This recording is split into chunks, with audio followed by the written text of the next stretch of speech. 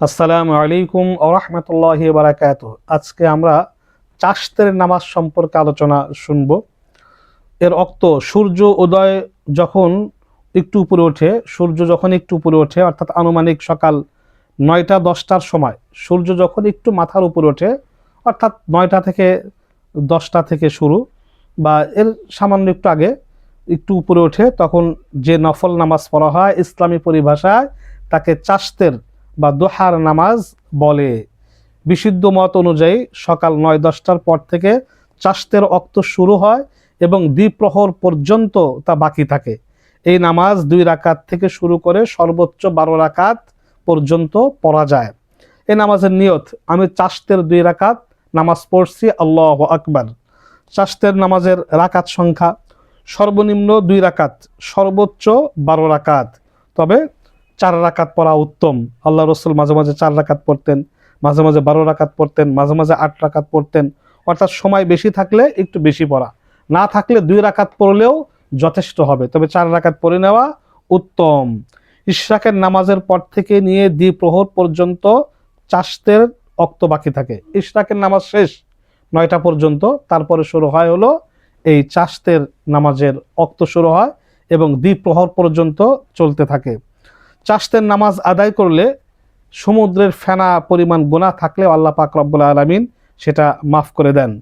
হাদিসে রয়েছে, একজন বুজুর্গ, বিখ্যাত বুজুর্গ কওল বর্ণনা করেন, আমি ৫টি স্থানে খোঁজ করে ৫টি জিনিস পেয়েছি।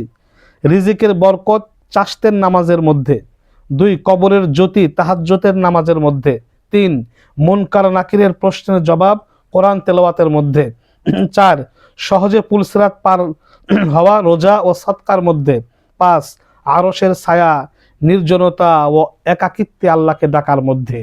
তাহলে তিনি বলেন, আল্লাহ রসুলের এটা বর্ণনা, নির্যাস, যে চাশতের নামাজ এবং দারিদ্রতা কখনো একসাথে থাকতে পারে না। যারা চাশতের নামাজ নিয়মিত আদায় করবে, ২ রাকাত করে ৪ রাকাত করে আদায় করবে, আল্লাহ পাক রব্বুল আলামিন তার দারিদ্রতা দূর করে দিবেন এবং তাকে বিভিন্ন রকমের পুরস্কারে পুরস্কৃত করবেন। মহানবী সাল্লাল্লাহু আলাইহি সাল্লাম বলেন যে, হযরতে আবু হুরায়রা বর্ণনা করেন, আল্লাহ রাসূল আমাকে ওসিয়ত করেছেন, ৩টি জিনিসের ওসিয়ত করেছেন, মৃত্যু পর্যন্ত আমি যেন তা পরিত্যাগ না করি বা কখনো করব না। প্রতি মাসে ৩টি করে রোজা রাখা, ২ নম্বর চাশতের নামাজ আদায় করা, ৩ নম্বর বিতরের নামাজের পর তাড়াতাড়ি ঘুমিয়ে যাওয়া। তিনি বলেন, আল্লাহ রাসূলের ৩টি ওসিয়ত আমাকে করেছেন, আমি এটা কখনো ছাড়ব না। মহানবী সাল্লাল্লাহু আলাইহি সাল্লামের স্ত্রী হযরত আয়েশা রাদিয়াল্লাহু আন, তিনি বলেন, যদি আমার পিতামাতাও এই সময় জীবিত হয়ে আমার কাছে আসে, এত গুরুত্বপূর্ণ আসে, তারপরেও আমি এই চাশতের নামাজ কখনো ছাড়ব না। কারণ চাশতের নামাজের এত ফজিলত যে মহানবী সাল্লাল্লাহু আলাইহি সাল্লামের স্ত্রী হযরত আয়েশা বলেন যে, আমার পিতামাতা জীবিত হয়ে আসলেও আমি এই চাশতের নামাজ ছাড়ব না। প্রত্যেকটা জোড়া, প্রত্যেকটা মুহূর্তের সাদকা আদায় হয়ে যায় এই চাশতের নামাজ।